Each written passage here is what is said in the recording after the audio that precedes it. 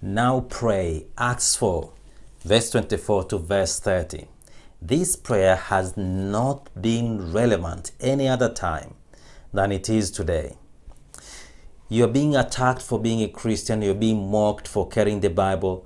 Your marriage is under pressure because you love the Lord. This is the prayer for all those bad bosses and anti-Christian work environment, demonic opposition.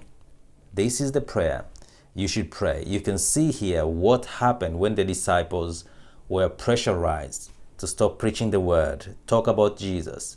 When they were pressurized and threatened and beaten, they went to a place of prayer, and this is what you prayed. And you can pray this. Pray with me. Say, Lord, verse 24, Lord, you are God who has made the heaven and the earth and all that's in them. And through the mouth of your servant, David, in Psalm 2, verse 1 and 2, you said, why do the heathen rage? Why do people imagine vain things? The heathen is the ungodly, the unbelievers, those who do not believe in Jesus Christ. Why do they rage? Why do they imagine vain things? The kings of the earth, my bosses, my managers, the people in my workplace, the unbelievers, they are rising up against the Lord and against your Christ to do whatsoever your hands and your will determined before that it will be done. You said before that those who live godly in Christ Jesus shall suffer persecution. You said, Jesus, before in Matthew 24, verse 24, that, Lord, in the last day there will come false Christ and false prophets and all these things you determined before to be done. And now, Lord, behold their threatenings, behold their intimidations, behold their ungodliness, and grant unto your servant, grant unto me that with all boldness I may stand on your word, I may stand on what I believe, that I may stretch my hands out to heal, and signs and wonder may follow. Amen. And so in verse 31, they say, when they had prayed like this, the place where they were praying was shaken. The foundation of the ungodliness in your work environment, the ungodliness in your family, among your friends, will be shaken. The foundations were shaken. And they were filled with the Holy Spirit. And they got out of that prayer room, in that prayer place. They got out there boldly and they went and preached the word. They did not hide. They did not stay quiet. They spoke the word with all boldness. And they saw signs and wonders. So this is amazing. So you can look at this and you can look at the pattern. They start magnifying the name of the Lord. The first part of the prayer where they say, Lord, you are God who made the heavens and the earth. And all that fills them.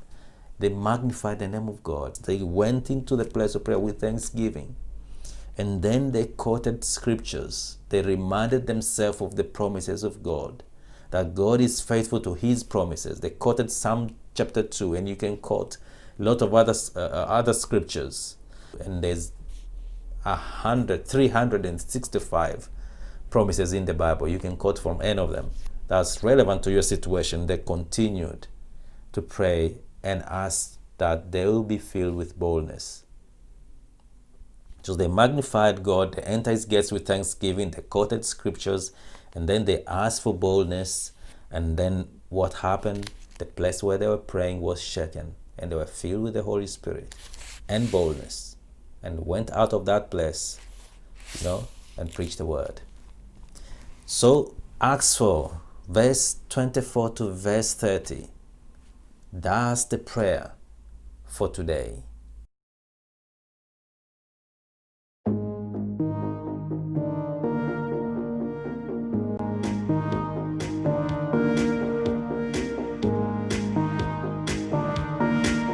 When you like a video on YouTube makes that video viewable to more people. It increases visibility and exposure of a video, and in that way you would have played part in spreading good news. you want to know more about freedom, you want to know what freedom looks like, different forms of freedom, the 7 steps you need to take to be free, get the book, Born Free to Live Free. The Bible says in Galatians 5:1, it's for freedom that Christ has set us free. So go on Amazon, get the book. The link is below. The links to get this book is on every YouTube video I have posted. So go and get a copy for yourself.